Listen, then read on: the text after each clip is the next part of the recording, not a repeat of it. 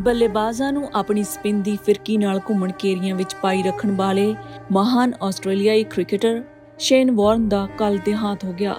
Cricket ਖੇਡ ਦੇ ਇਤਿਹਾਸ ਵਿੱਚ ਉਹ ਸਭ ਤੋਂ ਮਹਾਨ ਖਿਡਾਰੀਆਂ ਵਿੱਚ ਗਿਣੇ ਜਾਂਦੇ ਸਨ। ਸ਼ੇਨ ਦੀ ਮੌਤ ਥਾਈਲੈਂਡ ਦੇ ਕੋ ਸਮੂਈ ਵਿੱਚ ਦਿਲ ਦਾ ਦੌਰਾ ਪੈਣ ਕਾਰਨ ਹੋਈ ਹੈ। ਉਹ 52 ਸਾਲਾਂ ਦੇ ਸਨ।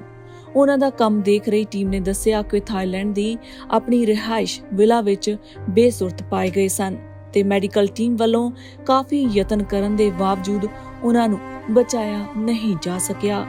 ਪਰਿਵਾਰ ਨੇ ਇਸ ਘੜੀ ਵਿੱਚ ਨਿਜਤਾ ਦਾ ਸਤਿਕਾਰ ਕਰਨ ਦੀ ਅਪੀਲ ਕੀਤੀ ਹੈ ਤੇ ਹੋਰ ਜਾਣਕਾਰੀ ਹਲੇ ਨਹੀਂ ਦਿੱਤੀ ਗਈ।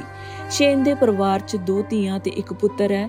ਕੌਮਾਂਤਰੀ ਕ੍ਰਿਕਟ ਦੇ ਇਸ ਬੇਮਿਸਾਲ ਖਿਡਾਰੀ ਨੇ 1992 ਵਿੱਚ ਸਿਡਨੀ ਕ੍ਰਿਕਟ ਮੈਦਾਨ ਤੇ ਭਾਰਤ ਖਿਲਾਫ ਮੈਚ ਤੋਂ ਆਪਣੇ ਟੈਸਟ ਕੈਰੀਅਰ ਦੀ ਸ਼ੁਰੂਆਤ ਕੀਤੀ ਸੀ। ਸ਼ੇਨ ਨੇ ਆਸਟ੍ਰੇਲੀਆ ਲਈ 145 ਟੈਸਟ ਮੈਚਾਂ ਵਿੱਚੋਂ 708 ਵਿਕਟਾਂ ਹਾਸਲ ਕੀਤੀਆਂ। ਉਹਨਾਂ 194 ਇੱਕ ਰੋਜ਼ਾ ਮੈਚ ਖੇਡੇ ਤੇ 293 ਵਿਕਟਾਂ ਲਈਆਂ।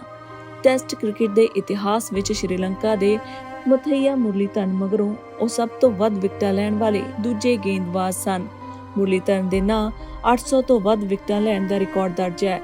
ਸ਼ੇਨ ਵਾਰਨ ਨੇ ਸਾਲ 2013 ਵਿੱਚ ਕ੍ਰਿਕਟ ਨੂੰ ਅਲਵਿਦਾ ਆਖ ਦਿੱਤਾ ਸੀ।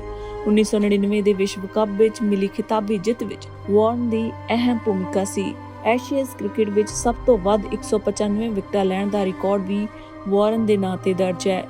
ਵਾਰਨ ਨੇ ਸੇਵਾ ਮੁਕਤੀ ਮਗਰੋਂ IPL ਫਰੈਂਚਾਈਜ਼ੀ ਰਾਜਸਥਾਨ ਰਾਇਲਸ ਲਈ ਕਪਤਾਨ ਤੇ ਕੋਚ ਦੀਆਂ ਭੂਮਿਕਾ ਨਿਭਾਈਆਂ।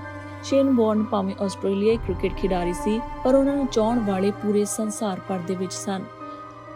52 ਸਾਲਾਂ ਦੀ ਉਮਰ ਦੇ ਵਿੱਚ ਅਲਵਿਦਾ ਕਹਿਣਾ ਉਹਨਾਂ ਦੇ ਫੈਨਸ ਲਈ ਇੱਕ ਵੱਡਾ ਸਦਮਾ ਹੈ।